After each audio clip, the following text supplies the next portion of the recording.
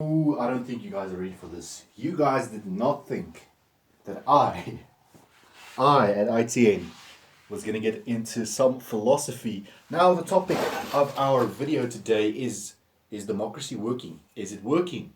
Well, to answer that question, we're going to look at a few pointers here that we've written down about democracy, right? And we're going to be analyzing this in terms of how effective it may be. Now, as I said, guys, this channel is a wide variety of topics. So I decided I'm so passionate about philosophy, and I decided to get into it and make things interesting. So let's look at democracy. So now, if you are living in a democratic society, we all partially have Immanuel Kant to thank for that.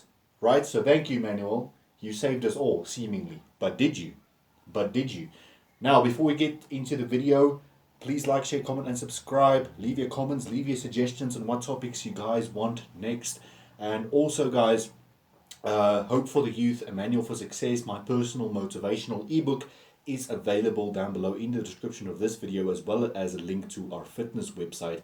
If you want to get fit, lose weight, build muscle, whatever it may be, go and check those two things out. But anyway, let's dive into Immanuel Kant, right? Philosopher based in Prussia, well, past day Prussia, obviously.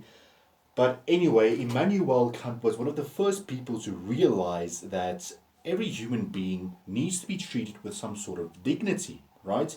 He developed a doctrine called the Rechtsstaat. I don't know if my pronunciation of that is completely on point, but essentially the Rechtsstaat was a document, right?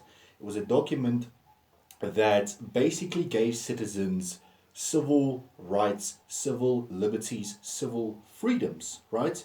And according to the Rechtsstaat, right, the state had limited power. In other words, the Rechtsstaat is a doctrine that kind of prevented the exploitation of civilians by the state. So the state could not exercise very authoritative power, and that is what Emmanuel wanted. He wanted a lifelong peaceful, well, a permanent peaceful life in our society. And in order to do that, you needed this sort of mechanism to really protect the citizens' rights. Now, this is where things get interesting, right? Essentially, I focused on two types of democracies: direct democracy and liberal democracy, right? So direct democracy is what Kant completely opposed. He didn't like direct democracy, and I myself, I must admit that I completely despise it. The thing about direct democracies, right, is that you essentially are giving power to all, right, and all decide the fate of that whole society. So if you're one person that does not agree, or does not agree with all's points of view, guess what? You're going to get absolutely brandished. So this is the problem. This is the problem. Direct democracy, in my opinion, is a bit too much, right? Is what Kant opposed, because direct democracy, pretty ironically, does not equal that much freedom to me if you think about it. What do you guys think? Let me know down in the comment section. But if you give power to the masses, and there's one person that disagrees with the view of those masses, essentially that one person he's going to be an outcast, he's going to get brandished, whatever it may be. He's going to face consequences. And that's why I feel direct democracy is not really, it's not really democracy. It's a sort of giving too much power to a group, and that group eventually holds the most power, makes all of the decisions. It's complete chaos.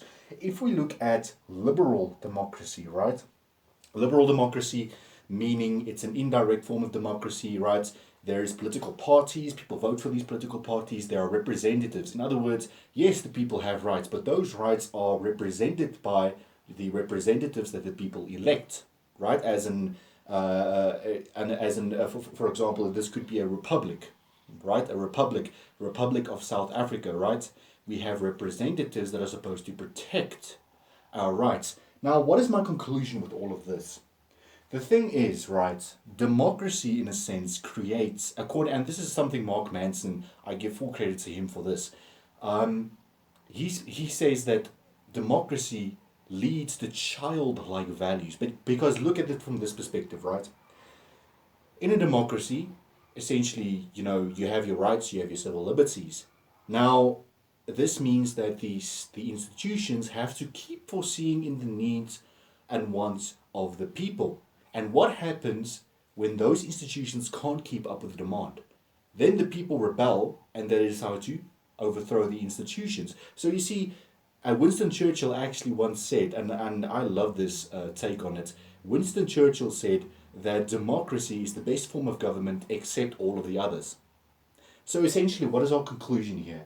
Our conclusion here is that if democracy, I feel, in my personal opinion, if democracy is managed in the correct way, power is allocated to the right type of people that hold the masses' interest, close to them, that fulfills in those interests and that satisfies the masses, is going to be the best form.